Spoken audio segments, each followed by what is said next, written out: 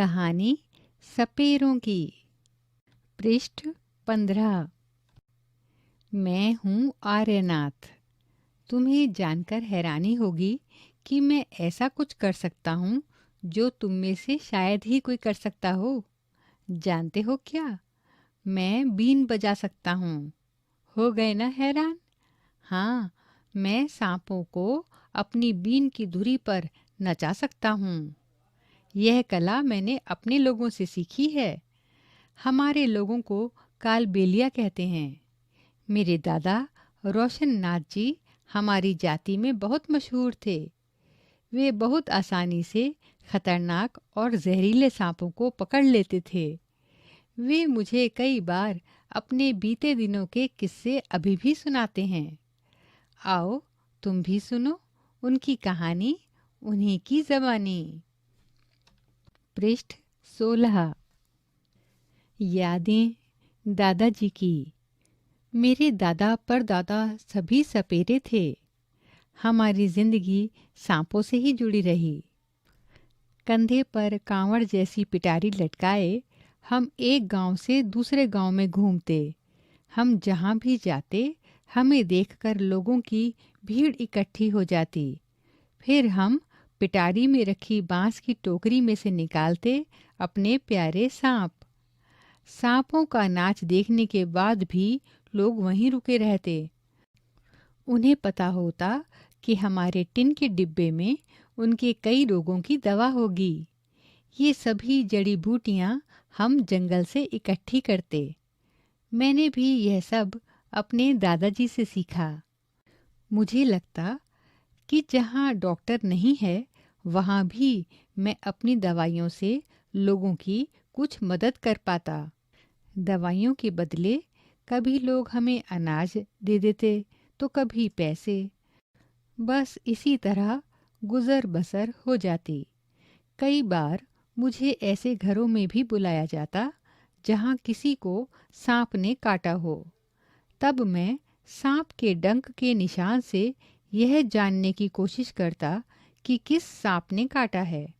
उसे मैं सांप के काटने की दवा देता। पर मैं हमेशा समय पर नहीं पहुंच पाया हूँ। जानते हो ना, कुछ सांप ऐसे भी होते हैं जिनके काटते ही जान चली जाती है। पर ज़्यादातर सांप जहरीले नहीं होते। कभी कभी जब कोई किसान सांप सांप चिल्लाता हुआ भागा आता तब मैं ही उस सांप को पकड़ता। आखिरकार मैं बचपन से ही सांप पकड़ना जानता हूँ। पृष्ठ 17। वे बहुत बढ़िया दिन थे। लोगों की हम बहुत मदद कर पाते थे। लोग भी हमारी बहुत इज्जत करते थे। आजकल की तरह नहीं था। अब तो मनोरंजन के लिए ज़्यादातर लोग टीवी देखते हैं। जब मैं बड़ा हुआ तो मेरे पिताजी ने मुझे सांप के डसने वाले दांत निकालने सिखाए। जहरीले सांप की जहर की नली बंद करना भी सिखाया। बताओ, क्या तुमने कभी किसी को बीन बजाते देखा है? कहाँ? क्या तुमने कभी सांप देखा है? कहाँ? क्या तुम्हें उससे डर लगा? क्यों? तुम्हें क्या लगता है, सभी सांप जहरीले होते हैं? तुमने पिछले पाठ में पढ़ा कि सांप के बाहरी कान नहीं होते। सोचो, क्या वह बीन की धुन सुन पाता होगा? या फिर बीन के हिलने से ही वह नाचता होगा? पृष्ठ 18। अब हम क्या करें? आर्यनाथ, तुम्हारे पिताजी बहुत छोटी उम्र से ही मेरे साथ गांव-गांव घूमा करते थे। उन्होंने बीन बजाना अपने आप ही सीख लिया था। आज की सोचूं तो बहुत परेशानी होती है। सरकार ने कानून बना दिया है कि ना तो कोई जंगली जानवरों को पकड़ सकता है और ना ही उन्हें अपने पास रख सकता है।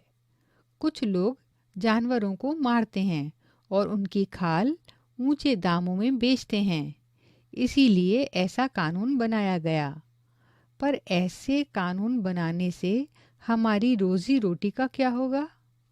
हम सपेरों ने कभी भी सांप को नहीं मारा, ना ही कभी उनकी खाल बेची। कुछ लोग कहते हैं कि हम सांपों को बुरी हालत में रखते हैं। चाहते तो हम भी सांपों को मारकर खूब पैसा कमा सकते थे। तब हमारी जिंदगी इतनी मुश्किल भरी ना होती। सांपों को मारने की बात तो दूर, ये तो हमारी पूंजी हैं, जो हम अपनी आने वाली पीढ़ी को सौंपते हैं। सांपों को तो हम अपनी बेटियों को शादी में तोहफे के रूप में भी देते हैं। हमारे कालबेलिया नाच में भी सांप जैसी मुद्राएं होती हैं। आर्यनाथ, तुम्हें अपने लिए अलग तरह की जिंदगी सोचनी पड़ेगी। तुम भी अपने पिताजी की तरह बीन बजाने में माहिर हो। तुम अपने साथियों के साथ मिलकर एक बीन पार्टी बनाकर लोगों का मनोरंजन कर सकते हो। पर तुम पीढ़ियों से मिले सांपों के इस ज्ञान को व्यर्थ न गंवाना। तुम शहरों और गांवों के बच्चों को बताना कि सांपों से ना तो डरने की ज़रूरत है और ना ही नफरत करने की। उन्हें सिखाना कि कैसे जहरीले सांपों को पहचानना है। उन्हें यह भी बताना कि सांप तो किसान के दोस्त हैं। सांप ना हो तो खेतों में फसलों को चूहों से कौन बचाएगा? अब तुम उन सभी बच्चों को मेरी ये कहानी सुनाना। अपनी जिंदगी की एक नई कहानी भी बनाना, अपने पोते पोती को सुनाने के लिए। कहानी सपेरों की। अभी आप सुन रहे थे कक्षा 5 की पाठ्य पुस्तक हमारे आसपास का दूसरा पाठ। प्रस्तुति CIET NCERT नई दिल्ली, भारत।